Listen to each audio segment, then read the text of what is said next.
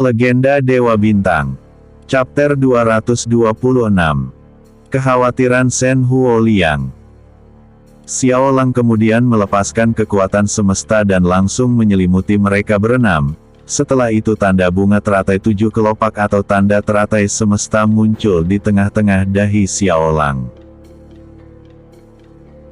Tidak berhenti sebatas itu, Xiao Lang kemudian menciptakan bunga teratai jiwa dengan gabungan dua kekuatan, yaitu kekuatan semesta dan kekuatan elemen cahaya yang sudah sempurna. 5 kelopak langsung terbuka dan mengarah kepada Shen Liu dan yang lainnya, sedangkan 2 kelopak terakhir menutupi tubuh Xiao Lang yang duduk dengan tenang di tengah-tengah mereka.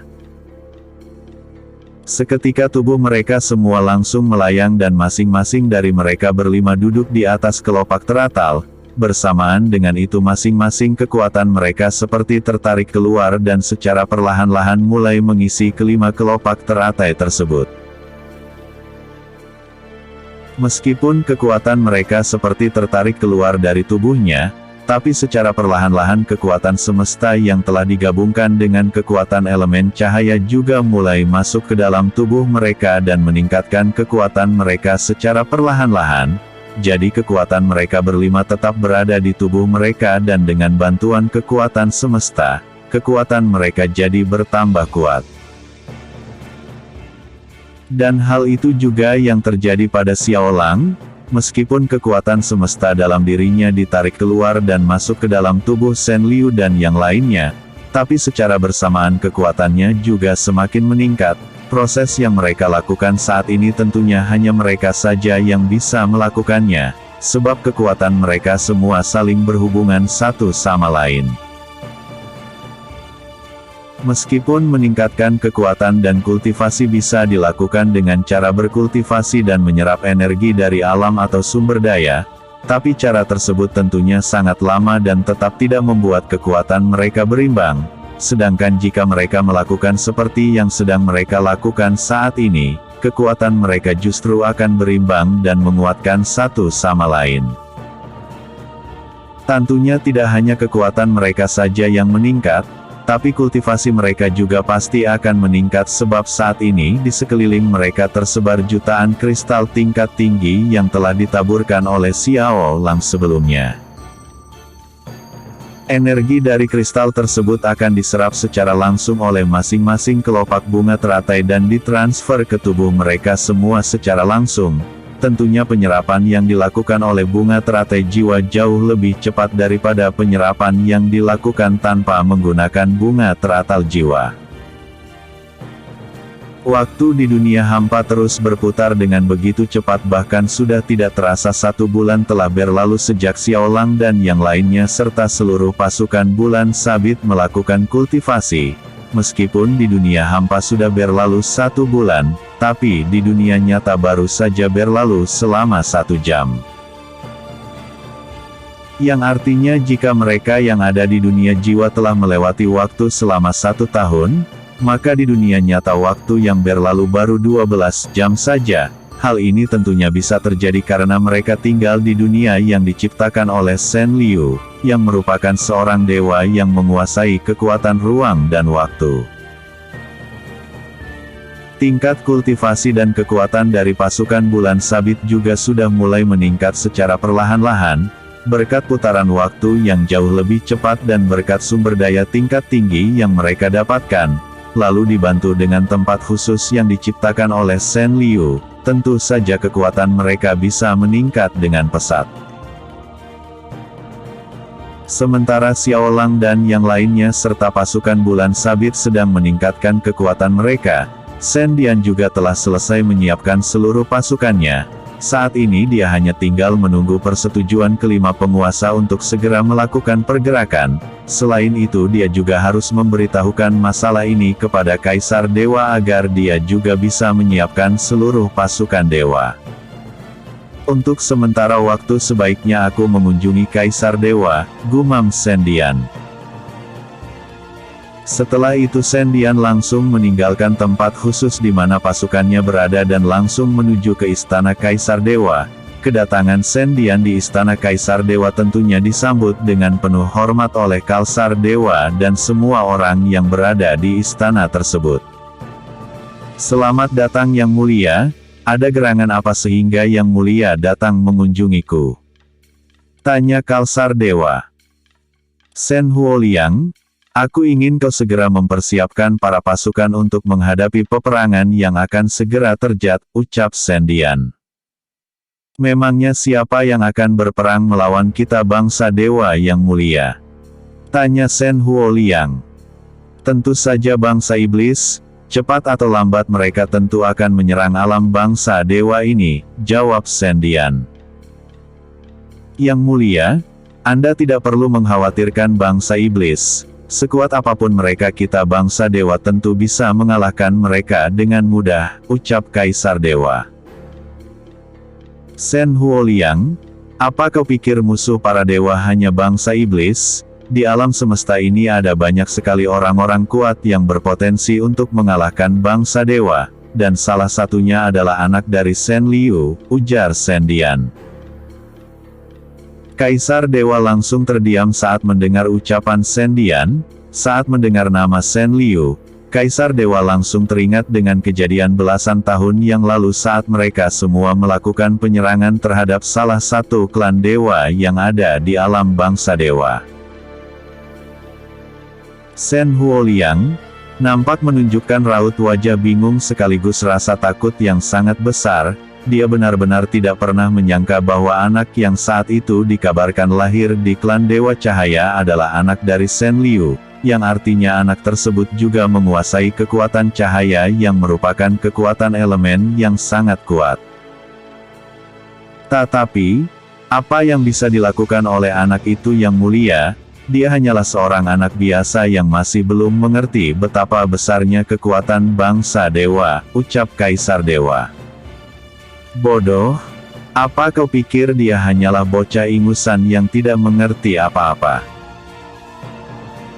Dia adalah anak pilihan yang merupakan pemilik sah dari cincin penguasa semesta.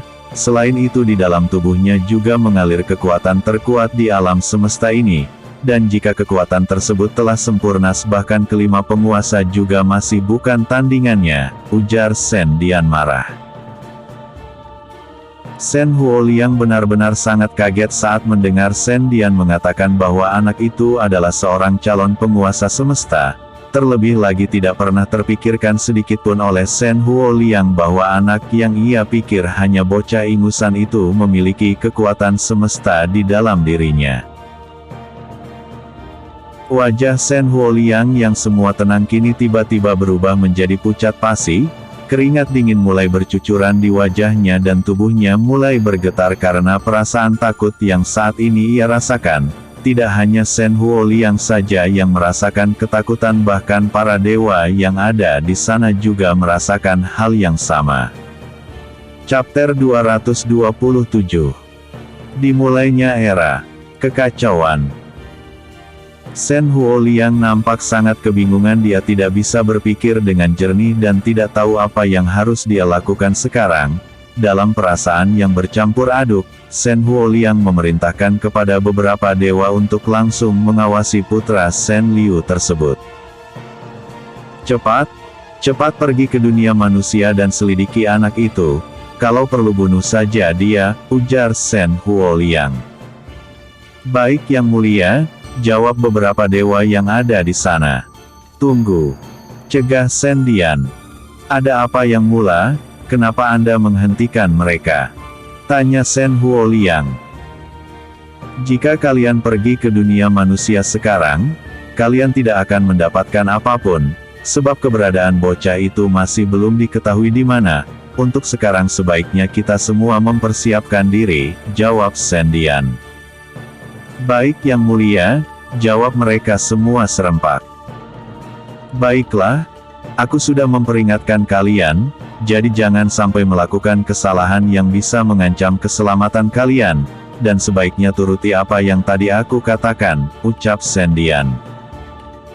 "Baiklah Yang Mulia, perintah Yang Mulia akan hamba jalankan," jawab Shen Huoliang. Kalau begitu aku pergi, ujar Shen Dian kemudian pergi dari istana Kaisar Langit.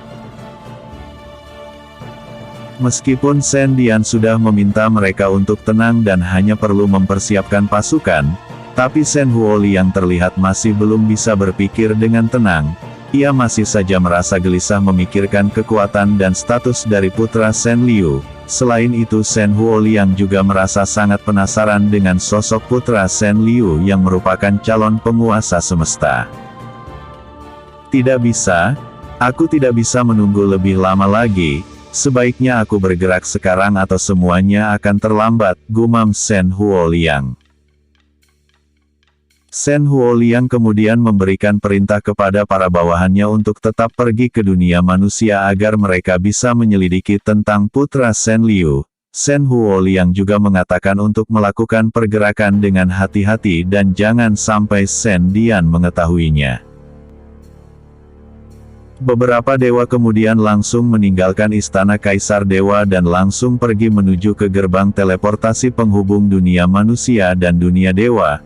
Gerbang teleportasi tersebut hampir mirip dengan yang ada di dunia manusia hewan, hanya saja untuk mengaktifkannya harus memerlukan kekuatan darah dewa. Jika bukan bangsa dewa maka tidak akan pernah bisa menggunakan gerbang teleportasi tersebut. Akan tetapi tidak semua dewa bisa menggunakan gerbang teleportasi tersebut, karena Kaisar Dewa tidak akan memberikan izin kepada sembarangan dewa. Semoga saja mereka bisa menemukan anak itu, dan semoga saja mereka berhasil membunuh anak itu, gumam Kaisar Dewa kemudian kembali duduk di singgasananya. Di atas puncak salah satu gunung yang ada di benua bintang bagian utara, sebuah gerbang dimensi tiba-tiba muncul di puncak gunung tersebut. Itu adalah gerbang dimensi yang terhubung langsung ke alam dewa. Lalu dari dalam gerbang dimensi itu keluar 5 orang dewa yang sebelumnya diperintahkan oleh Kaisar Dewa untuk mencari keberadaan Xiaolang. Setelah mereka berlima keluar, gerbang dimensi tersebut langsung menghilang dari hadapan mereka. Lalu setelah itu mereka berlima langsung mengubah tampilannya menjadi seperti manusia biasa. Mereka berlima juga menyembunyikan auranya agar penyamaran mereka tidak diketahui. Baiklah, sekarang mari kita mulai bergerak, sebaiknya kita bagi menjadi 2 kelompok agar pencarian kita lebih mudah. Jika menemukan sesuatu mengenal bocah itu langsung hubungi yang lainnya, ucap salah satu dari mereka. Mereka berlima kemudian langsung berpencar menjadi 2 kelompok, satu kelompok berjumlah 2 orang dan kelompok lainnya berjumlah 3 orang. Kelompok yang berjumlah 2 orang bergerak ke arah timur lalu kelompok yang berjumlah 3 orang bergerak ke arah selatan. Sementara itu di benua bintang bagian barat, kekacauan sudah mulai terjadi di mana-mana. Sekte-sekte aliran putih mulai mendapatkan serangan secara mendadak dari sekte aliran hitam, dan secara perlahan-lahan sekte-sekte kecil aliran putih mulai dihancurkan, baik itu murid, tetua ataupun pemimpin sekte dibunuh dengan sangat kejam. Salah satu sekte yang mendapatkan serangan adalah sekte Kriatal Es yang merupakan sekte aliran putih terbesar yang ada di benua bintang barat. Meskipun mereka bisa melakukan perlawanan, tapi karena kalah dalam jumlah dan kekuatan akhirnya sekte tersebut berhasil dihancurkan. Penyerangan terhadap sekte Kristal Es dipimpin langsung oleh pemimpin aliansi sekte aliran hitam. Tentunya hal tersebut membuat sekte Kristal Es menjadi semakin sulit untuk memenangkan peperangan, sebab pasukan yang dipimpin oleh pemimpin aliansi adalah pasukan yang terdiri dari murid-murid elit sekte aliran hitam. Hahaha, sekarang sekte aliran putih terbesar di benua bintang barat sudah kita hancurkan. Selanjutnya kita akan bergerak ke kekaisaran. Ujar pemimpin aliansi tertawa lantang. Setelah itu, pemimpin aliansi langsung memerintahkan seluruh pasukan untuk beristirahat selama 1 hari untuk memulihkan tenaga dan energi mereka, karena setelah ini mereka semua akan melanjutkan perjalanan menuju ke kekaisaran. Di dunia hampa, waktu terus berlalu dengan cepat. tingkat kultivasi para pasukan bulan sabit juga semakin meningkat dengan pesat. Perkembangan mereka semua benar-benar sangat luar biasa, bahkan hanya dalam waktu kurang dari 2 bulan di dunia hampa kekuatan para pasukan sudah mencapai tahap Holy Emperor. Meskipun sebelum pasukan bulan sabit dibentuk kekuatan mereka berada di tahapan yang berbeda-beda, tapi selama mereka dilatih oleh Shen Liu, kekuatan mereka semua akhirnya bisa setara, hanya saja tingkatannya yang berbeda. Sejak awal latihan Shen Liu, juga membagi mereka semua sesuai dengan tahapan kultivasi mereka masing-masing. Karena dengan begitu Shen Liu bisa mengatur waktu yang berbeda-beda selama mereka berlatih dan berkultivasi agar kekuatan mereka bisa setara. Di sisi lain dunia hampa, Xiaolang dan yang lainnya juga masih terus berkultivasi. Aura kekuatan yang berada di sekitar mereka benar-benar sangat luar biasa. Jika saja seandainya mereka berkultivasi di dunia nyata, tentunya mereka akan mengundang perhatian banyak pihak, terutama bangsa dewa. Selama berkultivasi, Xiaolang masuk ke dalam ruang batinnya sendiri. Di sana Xiaolang juga melakukan latihan untuk menguatkan jiwanya, karena menurut Xiaolang jika hanya kekuatannya saja yang kuat, musuh tentunya masih bisa mengalahkannya lewat serangan jiwa. Walaupun sebenarnya kekuatan jiwa Xiaolang sudah setara dengan dewa perang, namun Xiaolang masih belum mau berbangga hati dan menjadi lalai, sebab sekuat apapun dirinya saat ini, tidak menutup kemungkinan bahwa ada yang jauh lebih kuat lagi darinya. Tidak terasa sudah hampir 2 bulan kami berkultivasi di dunia hampa. Semoga saja setelah latihan panjang di dunia jiwa ini, aku dan yang lainnya bisa membalaskan dendam kepada Shen Dian, gumam Xiaolang. Chapter 228. Kegelisahan Kaisar Zhou.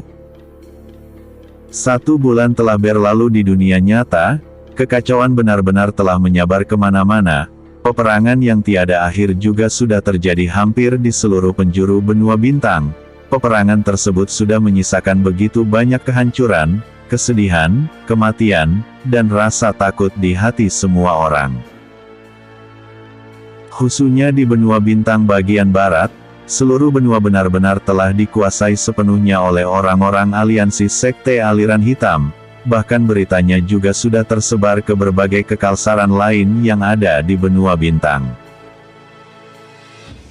Tidak ada satupun kalsar yang berani mengambil langkah untuk membantu orang-orang yang ada di benua bintang barat, sebab jika mereka melakukan hal itu tentunya mereka hanya akan mati sia-sia, belum lagi mereka harus memikirkan keamanan kekalsaran mereka sendiri yang juga terancam oleh orang-orang sekte aliran hitam. Setiap raja, setiap kaisar yang ada di masing-masing bagelan benua bintang sangat kebingungan dengan kondisi yang sedang terjadi saat ini, sebab mereka sama sekali tidak bisa meminta bantuan pada kekaisaran lainnya karena kondisi yang mereka hadapi semuanya sama. Para kaisar hanya bisa berlomba-lomba merekrut sekte-sekte aliran putih yang akan mereka jadikan sebagai bala bantuan pasukan mereka. Walaupun sangat tidak mau menerima hal tersebut, namun setiap pemimpin sekte aliran putih tentunya sudah mengerti bahwa keadaan mereka juga dalam bahaya. Satu-satunya cara untuk selamat dari kekacauan adalah dengan membentuk aliansi atau bergabung dengan pasukan kekaisaran agar bisa saling menjaga, karena jika tidak mereka tentunya akan menjadi sasaran empuk bagi pasukan aliansi sekte aliran hitam. Di jantung benua bintang sendiri, Kaisar Zhou juga nampak sangat kebingungan memikirkan cara untuk mengatasi masalah yang sedang terjadi saat ini. Dia merasa sangat yakin satu-satunya yang bisa membantu kekaisarannya hanyalah sekte bulan sabit. Hanya saja masalahnya adalah sekte bulan sabit benar-benar menghilang tanpa jejak. Jika hanya murid-muridnya atau orang-orang yang ada di sekte tersebut yang menghilang, mungkin Kaisar Zhou akan mengerti situasinya, tapi apa yang terjadi pada sekte bulan sabit benar-benar sangat aneh, karena seluruh sekte baik itu orang maupun bangunan sekte benar-benar menghilang. Bahkan gunung yang menjadi tempat sekte bulan sabit berada juga telah menghilang dan hanya menyisakan hamparan luas tanah kosong yang telah ditumbuhi oleh rerumputan. Keadaan tersebut benar-benar membingungkan dan seolah-olah sekte bulan telah hilang ditelan oleh bumi. Yang Mulia Kaisar, kami mendapatkan kabar dari Kaisar yang ada di benua Bintang Selatan. Pesan darinya mengatakan bahwa hampir setengah benua telah dikuasai oleh pasukan aliansi sekte aliran hitam, ucap petinggi istana. Meskipun kita mengetahui berita tersebut, memangnya apa yang bisa kita lakukan? Keadaan kita saat ini hampir tidak ada ubahnya seperti mereka. Kekaisaran kita hanya tinggal menunggu waktu sebelum nantinya mendapatkan serangan dari aliansi sekte aliran hitam, jawab Kaisar Zhou. Apa yang dikatakan oleh Yang Mulia memang benar, bahkan sekte-sekte aliran hitam yang ada di jantung benua bintang juga sudah melakukan pergerakan secara diam-diam, ujar Jenderal Utama. Jika saja sekte bulan sabit tidak menghilang, mungkin kita masih bisa meminta bantuan kepada mereka, tapi sayangnya sekte tersebut telah lenyap entah kemana, ucap Kaisar Zhou. Lalu apa tindakan kita Yang Mulia? Tanya petinggi istana. Untuk saat ini kita hanya perlu meningkatkan penjagaan terutama di gerbang kota. Aku ingin para penjaga mengawasi siapa saja yang keluar masuk kota, lalu selidiki seluruh penjuru kota. Jika ada yang mencurigakan maka segera tangkap dan jika ada yang membantah maka langsung eksekusi di tempat, jawab Kaisar Zhou tegas. Baik Yang Mulia, ucap mereka semua serempak. Semoga saja dengan cara ini aku bisa mencegah kehancuran yang akan terjadi di jantung benua bintang, batin Kaisar Zhou. Setelah itu para jenderal langsung menuju ke barak pasukan dan langsung menggerakkan seluruh pasukan untuk meningkatkan penjagaan dan juga menyelidiki setiap penjuru kota. Hari itu, suasana di kota kekaisaran yang tenang tiba-tiba menjadi gaduh karena pergerakan yang dilakukan oleh para pasukan kekalsaran. Satu persatu orang-orang yang mencurigakan langsung ditangkap dan diinterogasi di penjara bawah tanah. Mereka yang merupakan murid sekte aliran hitam langsung dieksekusi saat itu juga, sementara mereka yang bukan merupakan murid sekte aliran hitam langsung dilepaskan jika tidak terbukti melakukan kesalahan apapun. Tidak hanya itu saja, bahkan tidak sedikit orang-orang yang mencoba melawan saat akan ditangkap langsung dibunuh saat itu juga. Hal ini tentunya menimbulkan rasa takut di hati para penduduk kota kekalsaran. Jamuan para jenderal menenangkan mereka semua dengan mengatakan bahwa mereka sedang memburu murid-murid sekte aliran hitam. Meskipun tujuan mereka sudah dijelaskan dengan baik, tapi tetap saja para penduduk kota tetap merasa khawatir. Hal yang mereka khawatirkan adalah jika terjadi peperangan, sebab selama ini kekaisaran tidak pernah melakukan perburuan kepada setiap murid sekte aliran hitam. Jika memang ada, biasanya kekaisaran hanya akan memburu mereka yang berbahaya. Meskipun di dunia nyata baru saja berlalu selama 1 bulan, tapi di dunia hampa waktu sudah berlalu selama puluhan tahun lamanya dan walaupun begitu semua orang yang ada di dunia hampa nampak baik-baik saja, mereka tidak menua sedikitpun dan kondisi fisik mereka juga tetap sama seperti sebelumnya. Semua itu terjadi karena umur mereka tetap tidak berubah meskipun waktu di dunia hampa telah dipercepat, dan selain itu kondisi fisik serta keadaan mereka masih tetap berpatokan kepada waktu yang ada di dunia nyata. Jadi meskipun di dunia hampa sudah berlalu selama puluhan tahun, mereka tetap tidak akan berubah sedikitpun. Para pasukan yang sedang berkultivasi akhirnya menyelesaikan kultivasinya sebab sumber daya untuk menyerap kekuatan mereka benar-benar telah habis. Sebelumnya jika mereka kehabisan sumber daya maka mereka bisa langsung mengambilnya di gudang harta. Tapi kali ini, benar-benar tidak ada satupun lagi yang tersisa. Akan tetapi hasil yang mereka dapatkan setelah membuat kering sumber daya yang ada di gudang harta sangatlah memuaskan. kekuatan mereka semua juga sudah meningkat dan menjadi jauh lebih kuat lagi dari sebelumnya. Lalu mereka hanya perlu menunggu sinar pembaptisan dari alam dewa untuk bisa naik ke ranah berikutnya, yaitu ranah Trugat. Kekuatan pasukan bulan sabit saat ini bisa dikatakan sudah benar-benar hampir menyamal pasukan bangsa dewa, hanya saja karena mereka masih belum menerima sinar baptisan dari alam dewa, jadi kekuatan sejati mereka masih belum bisa dikeluarkan sepenuhnya. Misalnya, jika kekuatan pasukan bulan sabit sudah mencapai tahap dewa tingkat prajurit, namun karena belum menerima sinar baptisan dari alam dewa, kekuatan mereka hanya bisa dikerahkan sampai di tahap Tugat, akan tetapi setelah mendapatkan sinar baptisan, kekuatan penuh mereka akan bisa digunakan lagi. Chapter 229. Proses penyempurnaan. Kekuatan semesta. Setelah selesai berkultivasi, para pasukan bulan sabit, 3 tetua, Xiao Erlong dan para tetua klan Xiao langsung berkumpul di halaman istana untuk menunggu kedatangan Xiao Lang dan yang lainnya. Mereka semua yang berkumpul benar-benar menunjukkan wajah ceria karena usaha mereka selama puluhan tahun di dunia hampa sama sekali tidak sia-sia. Untuk saat ini, bisa dikatakan sudah tidak ada lagi pasukan yang bisa mengalahkan pasukan bulan sabit dan yang hanya bisa menghentikan mereka hanyalah pasukan bangsa dewa. Hal tersebut tentunya karena para pasukan masih belum menerima sinar baptisan dari alam dewa, tapi jika mereka telah menerima sinar baptisan, mereka tentunya akan mampu bersaing dengan pasukan bangsa dewa. Sepertinya seluruh pasukan merasa senang, ucap Zhou Tian. Tentu saja mereka senang, lagi pula siapa yang tidak merasa senang setelah berhasil mendapatkan kekuatan yang luar biasa, ujar Tang Song. Bukankah kalian juga merasakan hal yang sama seperti yang saat ini dirasakan oleh para prajurit, ucap Luo Yang. Hahaha, tetua Luo, benar sekali. Kita memang sudah sepatutnya merasa senang karena kekuatan kita semua sudah meningkat sangat jauh, Xiao Erlong menimpali.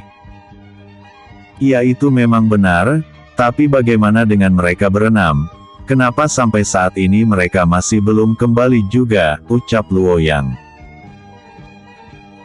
Mereka semua langsung terdiam mendengar ucapan Luo Yang, sebab tidak ada seorang pun dari mereka semua yang mengetahui bagaimana keadaan Xiao Lang dan yang lainnya, karena sejak mereka mulai berkultivasi sampai saat ini mereka benar-benar tidak bisa mengetahui keadaan masing-masing.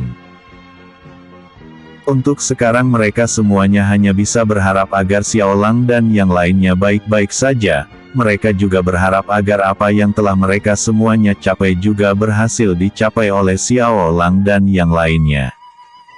Jadi apa yang akan kita lakukan sekarang? Tanya Zhou Tian. Sekarang sebaiknya kita bubarkan saja seluruh pasukan agar mereka bisa beristirahat.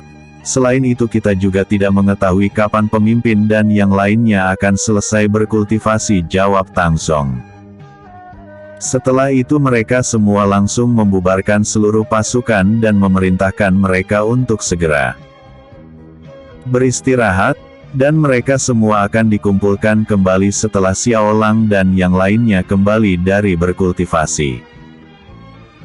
Di sisi lain dunia hampa, bunga teratai jiwa yang terus melayang di udara memancarkan aura yang sangat dahsyat, setelah puluhan tahun berkultivasi di atas kelopak bunga teratai jiwa, akhirnya satu persatu mereka langsung membuka mata karena energi yang ditransfer ke tubuh mereka tiba-tiba terputus.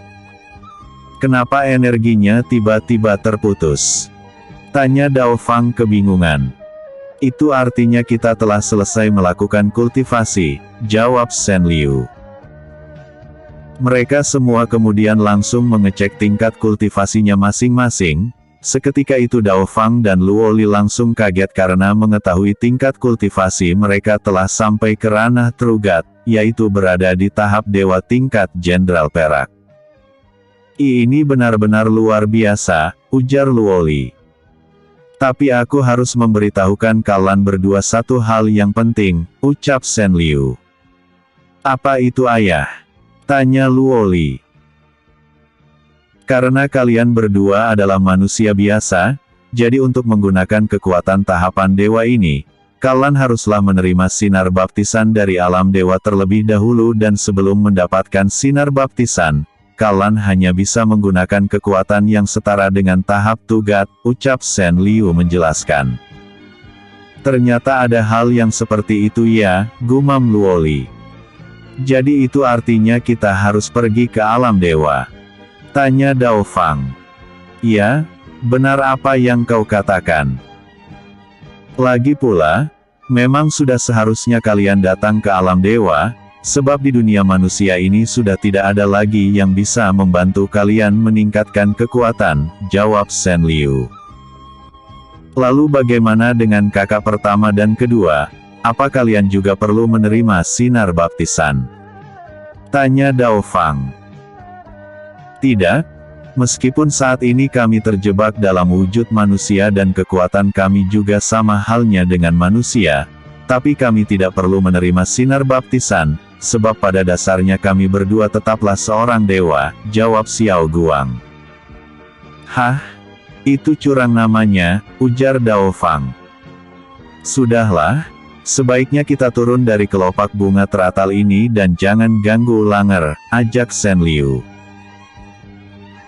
Mereka semua menganggukkan kepalanya serempak dan setelah itu mereka langsung melompat turun dari kelopak bunga teratai. Beberapa saat setelah mereka semua turun, kelima kelopak bunga teratai yang sebelumnya terbuka kemudian langsung menutup kembali. Setelah semua kelopak menutup kembali, bunga teratai tersebut kemudian langsung melayang ke langit dunia hampa. Aura yang terpancar dari bunga teratal benar-benar sangat luar biasa besar, dari bunga teratai kemudian terpancar cahaya yang sangat terang. Dari dalam bunga teratai yang memancarkan cahaya terang tiba-tiba saja keluar seekor naga yang seluruh tubuhnya hanya berbentuk cahaya yang berwarna biru. Naga tersebut kemudian langsung mengitari dan melilit bunga teratal dengan kencang.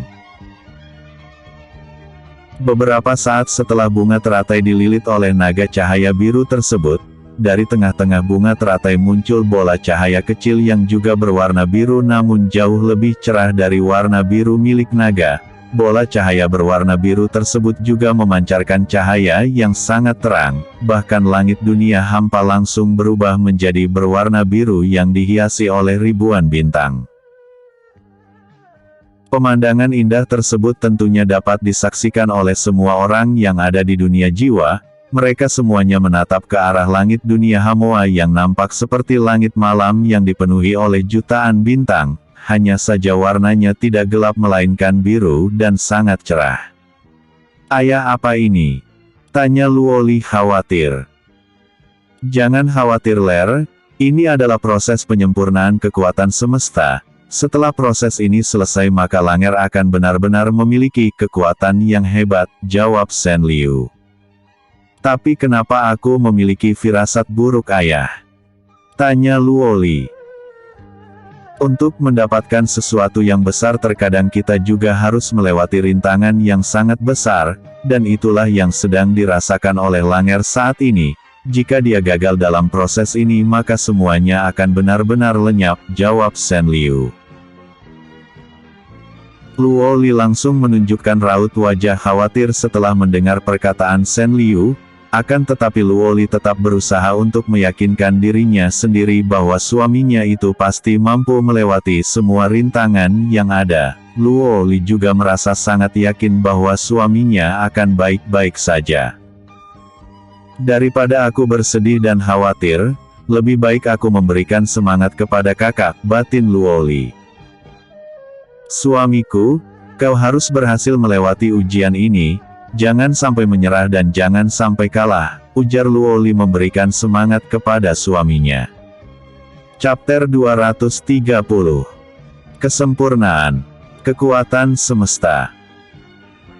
Meskipun suaranya tidak bisa didengarkan oleh Xiao Lang, namun Luoli merasa sangat yakin bahwa perasaan khawatirnya akan tersampaikan dan bisa dirasakan oleh Xiao Lang, karena Luoli merasa sangat yakin bahwa apapun yang sedang Xiao Lang alami saat ini, dia tidak akan pernah lupa dengan istrinya sendiri. Di atas langit, Xiao Lang masih berusaha untuk terus menyerap energi yang sangat kuat yang berasal dari masing-masing kelopak bunga teratal yang sebelumnya menjadi tempat duduk Shen Liu dan yang lainnya. Meskipun dari luar Xiao Lang terlihat baik-baik saja, tapi di dalam tubuhnya lah benar-benar merasakan sakit yang sangat luar biasa karena menyerap energi berskala besar sekaligus. Proses tersebut berlangsung sangat lama, dan selama itu pula suasana dunia hampa benar-benar terasa sangat sunyi, sebab semua orang masih menatap langit yang berwarna biru yang dihiasi oleh jutaan bintang-bintang kecil.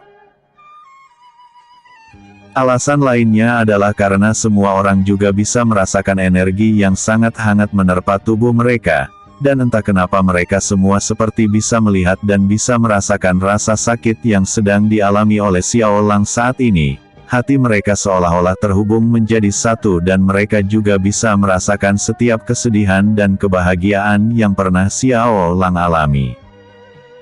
Ini perasaan Tuan Muda. Aku benar-benar bisa merasakan apa yang Tuan Muda rasakan saat ini, ucap salah satu pria. Benar, aku juga bisa merasakannya, ucap yang lainnya. Kita semua bisa merasakan hal yang saja, ujar yang lainnya lagi. Berjuanglah Tuan Muda, Anda pasti bisa melewati ujian yang menyakitkan ini, ujar seorang pemuda. Berjuanglah Tuan Muda, ujar semua orang serempak.